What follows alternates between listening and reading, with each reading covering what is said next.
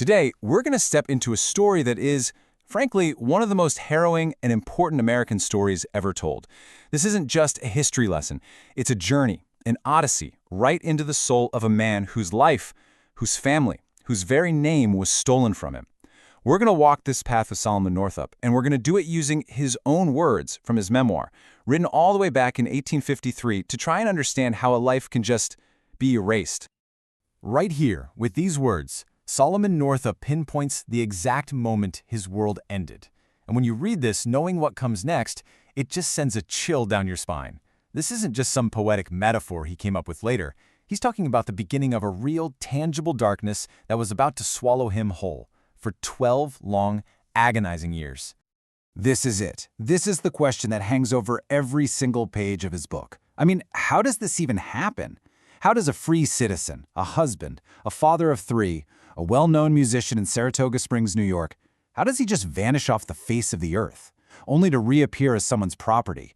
The answer is terrifying, and it starts not at the beginning of his life, but at the moment his life was stolen. So you might think a story like this would start with a happy childhood, right? Well, Solomon's account doesn't do that. It throws us, and I mean throws us, right into the middle of the nightmare. He wakes up, not in his own bed, but in total blackness, to the absolutely horrifying sound of his own shackle. I want you to just try and picture this scene. A tiny 12-foot by 12-foot room. Solid stone walls. It's a dungeon. The air is cold, it's damp, and the only light is this little sliver coming through a barred window. But here's the detail that is just staggering, the most unbelievable part of it all. Its location. This slave pen, this private prison for human beings, was in Washington, D.C. You could literally see the U.S. Capitol building from it. The very symbol of American freedom was looking down on a place where that same freedom was being systematically destroyed, person by person. In this cell, he comes face to face with a slave trader named James H. Birch. And when Solomon says the truest thing he knows, "I am a free man," the response isn't a conversation. It's not an argument, it's violence. Pure, relentless violence. Birch beats him with a wooden paddle until his arm gets tired, asks him the question again, and when he gets the same defiant answer, he just keeps going. They were literally trying to beat his identity out of him, and that was his first lesson in this new world. Telling the truth about who you are is a crime you will be punished for. Okay, so to really understand the sheer depth of this tragedy, you have to see what was taken from him. The story now pulls back, and it creates this incredibly painful contrast between the darkness of that slave pen and the bright, full life that Solomon once knew. You see, Solomon wasn't born into slavery. He was born a free citizen of New York. He built a beautiful life. He married his wife, Anne, and they had 3 kids. He owned land, he was a farmer, and he was a brilliant violinist, so good that he was in high demand all over the area. This was a life of purpose, a life of community, a life filled with love, a life that he had built with his own 2 hands. Solomon puts these words in his book for a very specific reason. He needs us to understand what he calls the poignancy of those sufferings. This wasn't just about losing some abstract concept of liberty. No, it was about having the deepest human connections you can have, the love for his wife, that incredible bond with his children just ripped away. That, right there, was the true heart of his loss. So, how did they get him? Well, it started with an offer that sounded too good to pass up. 2 well-dressed, very respectable-looking men approached him in Saratoga. They showered him with praise for his violin skills, and they offered him a short, really well-paying job with a circus down in Washington, D.C. They were so charming, so convincing, they seemed so concerned for his well-being that Solomon agreed. He thought it was a fantastic opportunity. He had no way of knowing he was shaking hands with what he would later call subtle and inhuman monsters in the shape of men. So, after being drugged in Washington, Solomon wakes up in that cell. His free papers are gone, his identity has been erased. He is no longer Solomon Northup. He's been given a new name, a slave name, Platt. And that's when the real nightmare begins, the journey south, a descent into a hell he could never have imagined. And it's on this journey that he sees the true, systemic cruelty of the slave trade, not just for him, but for everyone. In that same Washington slave pen, Solomon meets a woman named Eliza. And her story, it's just a tragedy inside of a tragedy. She had actually lived a relatively comfortable life. Her master, who was also the father of her little girl Emily, had promised her she'd be free. But when he died, his family completely betrayed that promise. They tricked her and sold her and her 2 children to the same man, James Birch. In the total darkness of that place, her children were the only light she had. The journey ends in New Orleans at a slave market run by a man named Theophilus Freeman. And it's here that Eliza's absolute worst nightmare comes true. Her son, Randall, is sold to one buyer. Then, when a different, kinder man offers to buy her and her daughter Emily just to keep them together, Freeman refuses. Eliza's grief just erupts into this primal scream, a plea to a man and maybe to God who both seem completely deaf to her pain. And you ask yourself, why? Why would Freeman be so cruel? Well, it wasn't random. It was a cold, hard financial calculation. He looked at young, fair-skinned Emily, and he didn't see a child. He saw a future commodity. He calls her a fancy piece, an investment that he knows will be worth a fortune in a few years on the brutal New Orleans market. He reduced a little girl to a line item in a ledger.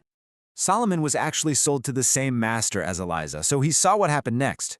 Separated from both her son and her daughter, Eliza was just broken. She fell into this deep, endless grief that she never came out of. As Solomon writes, with the simple, devastating finality, her heart, carrying a sorrow that was just too much for any human to bear, literally broke. She just died. A victim not just of a cruel man, but of an entire system that saw family as nothing more than a business inconvenience. So now, he's enslaved on a plantation in Louisiana. Solomon Northup is gone, and now he's only known as Platt, and he has to learn how to survive in this new reality. His life becomes this terrifying tightrope walk, completely at the mercy of the whims of his masters, where a rare moment of kindness could be followed, just minutes later, by an explosion of unimaginable violence. His first master, a man named William Ford, was a complete paradox. Solomon actually describes him as a kind, noble Christian man. And under Ford, Solomon could even find some sense of purpose in his work. But then, Ford gets into financial trouble, and he's forced to sell a mortgage on Solomon to a carpenter named John Tibbetts. Tibbetts is everything Ford is not. He's petty, insecure, and just brutally violent. And this was maybe the most terrifying lesson of all for Solomon. Your entire world, your safety, your very life could be turned upside down because of a business transaction. The tension between the intelligent and capable Solomon and the bitter, resentful Tibbetts was always going to explode. And it finally does, over something as simple as the right kind of nails for a job. Tibbetts attacks Solomon, but for the first time, Solomon fights back, and he actually beats Tibbetts. Well, Tibbetts, completely enraged and humiliated, comes back with two other men.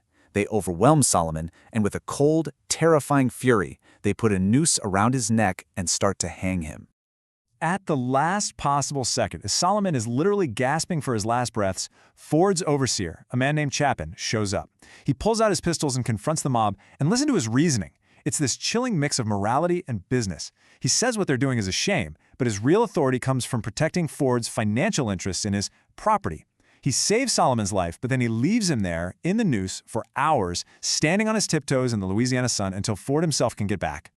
After years and years of this, of the toil, the abuse, the despair, first under Tibbetts and then under an even crueler master named Edwin Epps, any real hope of rescue had pretty much been extinguished.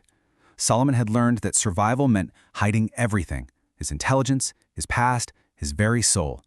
And then, a chance encounter brings a tiny, dangerous flicker of hope back into his life.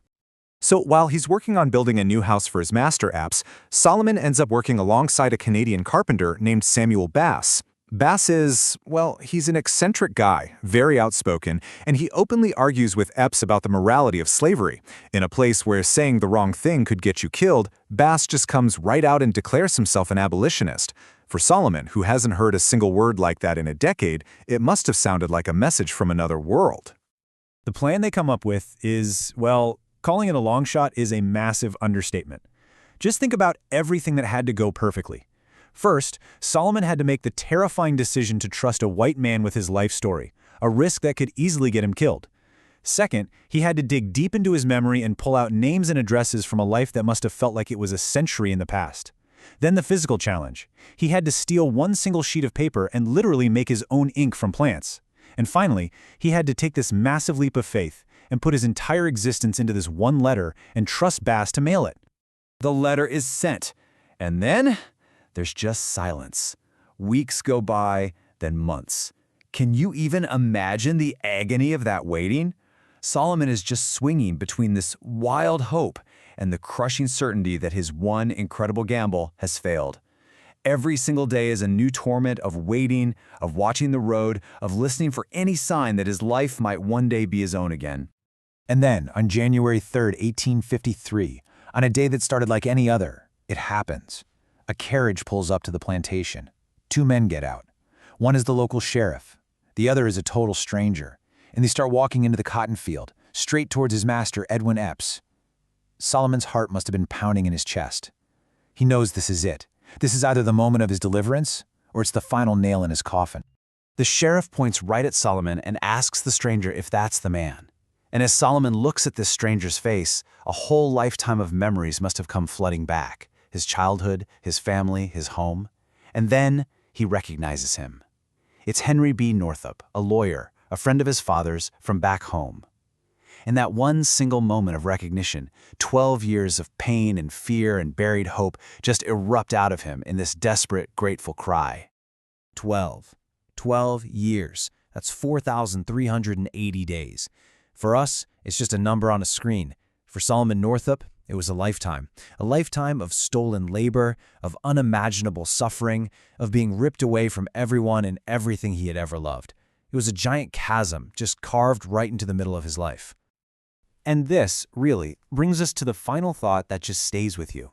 Solomon Northup's story is so incredible precisely because he got to tell it. His ability to read and write, his sharp memory, and the unbelievable luck of meeting a man like Samuel Bass, that's what allowed him to reclaim his life and his voice. But his story forces us to ask a really haunting question.